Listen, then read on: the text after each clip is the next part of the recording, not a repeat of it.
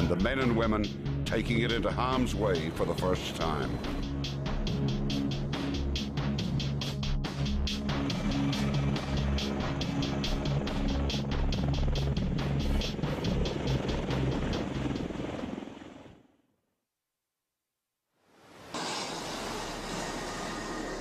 Somewhere in the Atlantic, a naval warship is on a special mission to transport a brand new fleet of 21st century aircraft across the globe to go to war for the first time.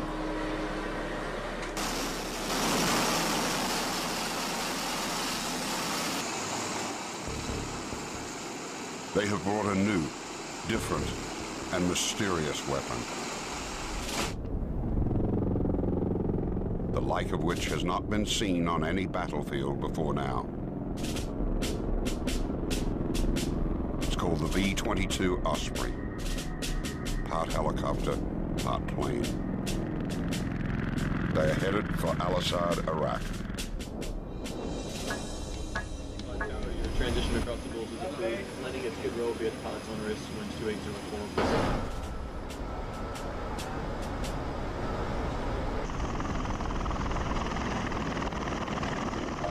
It's a sprawling airfield, bigger than many American towns, the second largest military base in the war zone. Al-Assad is known most recently as the hot spot of Iraq. The area has seen some of the most brutal combat of the war against Saddam Hussein and Al-Qaeda.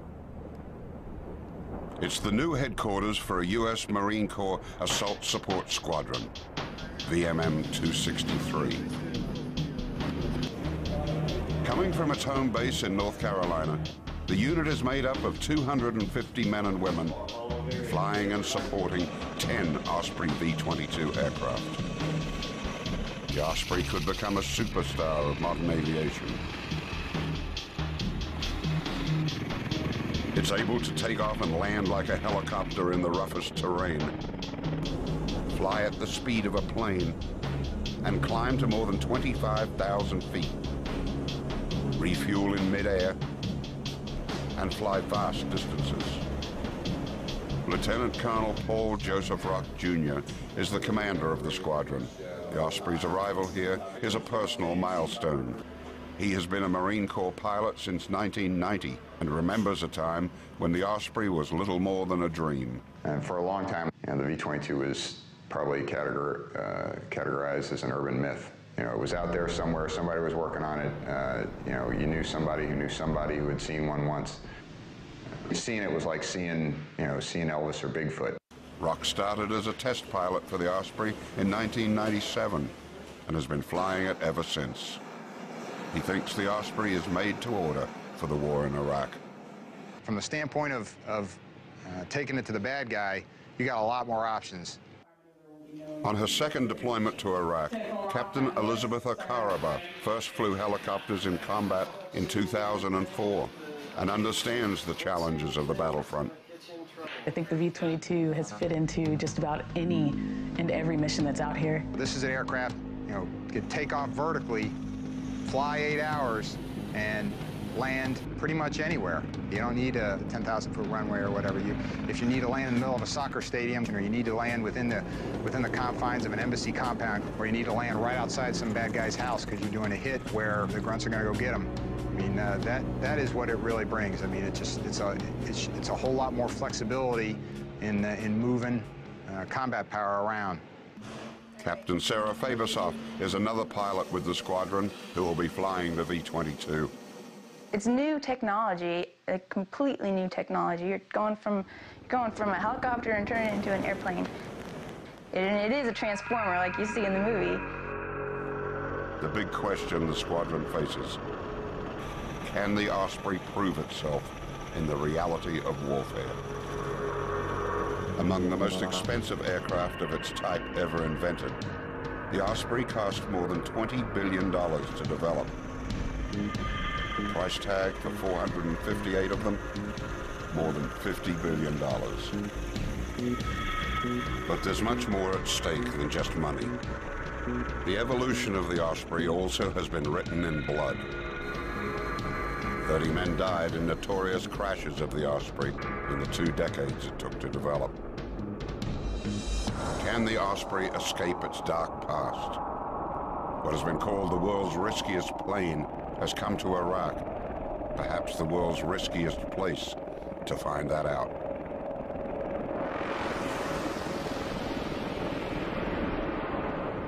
When you're trying to advance, when you're trying to do something revolutionary and bring a tremendous capability like that, it's not without pitfalls and risks. Yeah, this is an aircraft that's had an extended developmental history, and it is a revolutionary technology, and it's different, and it scares people. The squadron's assistant operations officer, Major Wes Spade, is on his 2nd tour in Iraq. The Ospreys have been at the Al-Assad base for 4 weeks, and Spade is coordinating plans to take infantry troops into combat. But he has to face concerns the ground forces have about the aircraft. We realize this is a new platform, this is a new capability. There will be some growing pains. There will be some anxieties.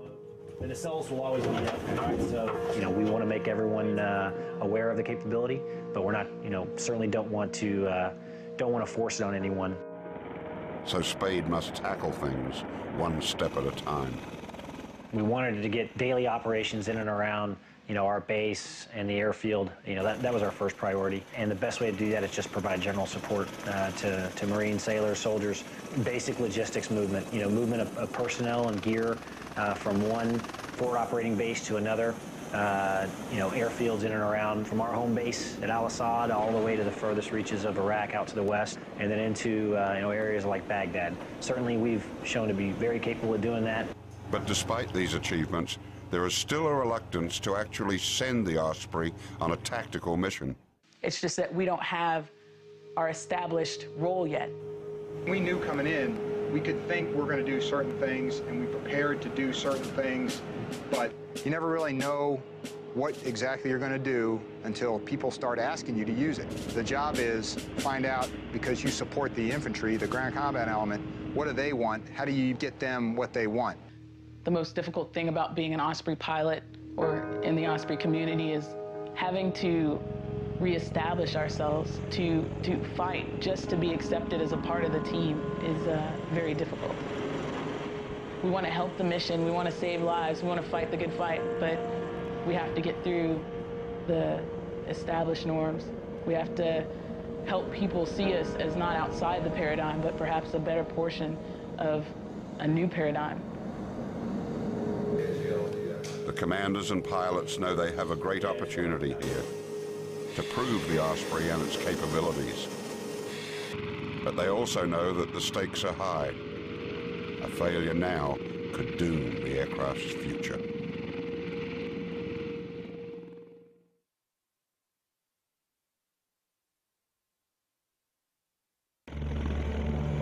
A Marine Corps aviation squadron is putting the world's newest aircraft to the ultimate test in the brutal sands of Iraq. The squadron, with the improbable call sign of the Thunder Chickens, comes with a vibrant history that explains its name. First activated as a Marine transport unit in 1952, the squadron gained fame in Vietnam, flying the legendary double-rotor helicopters called Sea-Knight CH-46s, or frogs, that became a symbol of that war. Known at first as the more regal Thunder Eagles, the squadron became the Thunder Chickens when there was no word in the Vietnamese language for eagles. So chickens they became, and chickens they remain. In 2005, the Marines began to phase out the frogs. The old squadron was shut down and relaunched in 2006 for the Ospreys, a new unit dedicated to a new aircraft. There's something called a plank owner, which is a tradition in both the Navy and Marine Corps, that if you are part of a new squadron or a new unit standing up, you're called a plank owner.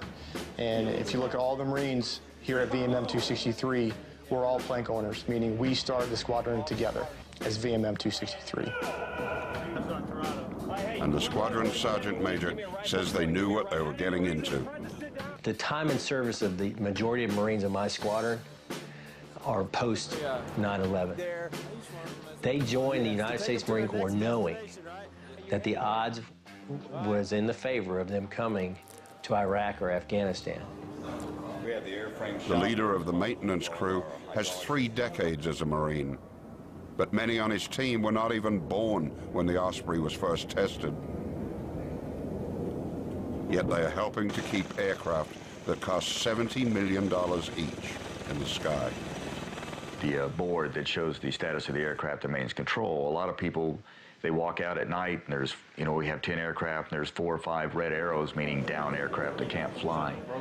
And they walk in the next morning and there's 10 green or blue arrows, means they can fly. And to them, it's just a magic transformation. They forget that there's, you know, 80 or 90 human beings out there, whether it's hot, whether it's cold, whether it's raining, whether they have a hangar, you know, whether or not, those planes are going to get fixed that night.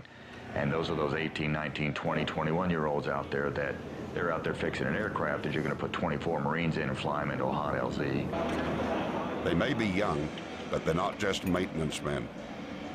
They've actually made changes in how the aircraft is put together. And when we got this, there was a lot of things that they actually took our word for it, looked at it, evaluated it, and changed it. And, you know, they started seeing the logic of it and why we came up with those ideas. To actually realize that something you saw that you were like, hey, that could be better, and you say that and they actually do it. Some of that actually, it turned out pretty cool. My father's exact words is that I'll be a part of history. I'll be able to work on something that's going to revolutionize the Marine Corps and the way we do things. It's a job they take very seriously. A lot of us sit there and joke that every time one of these birds go up, it's running off of our own blood, sweat, and tears, and that's exactly how it is. We've been on it, for most of us, for quite a few years, and we worked on it so hard that this is our family, and these are our children, and it was probably the proudest moment of my life, seeing it land on this flight line out here in Iraq. But these youngsters also have some high-powered veterans they can turn to. Jerry Greer and John Allen are 2 of the 14 engineers and mechanics assigned to the squadron from the company that invented, devised, and manufactured the Osprey. With a chance to take a new aircraft into combat for the first time and to prove what this aircraft can do was something I didn't want to miss. You know, everybody always jokes that Jerry invented the V-22. He's been around it since '88. And Jerry is still excited about the Osprey. It's got stuff in it that's never been done on any other aircraft. I don't know, I think it's pretty cool. It's definitely different. I mean, just even coming here, people see the airplane and they just do not know what they're looking at. So yeah, the gee whiz factor is fairly high. By design, the Osprey lives up to its reputation as both a helicopter and a plane. What are rotors on takeoff become airplane props in the air. Basically, is it an airplane, is it a helicopter? It is both and neither. In fact, the Osprey has incorporated some of the best attributes of both helicopters and fixed-wing aircraft. Its greatest strength is speed, which is more like an airplane's than a helicopter's. While the world's fastest helicopter has reached a speed of 249 miles per hour, the Osprey can top it at 360 miles per hour, with a cruising speed of 317. Like a first-class race car, the Osprey's horsepower is awesome. Each of its 2 engines puts out 6,100 horsepower, almost double the power of most helicopters. Another advantage, the Osprey can fly more than 1,000 miles without refueling. In combat, that means the Osprey can safely fly a radius of 430 miles from its base. For the commanding general of Al-Assad, that puts his entire region within reach.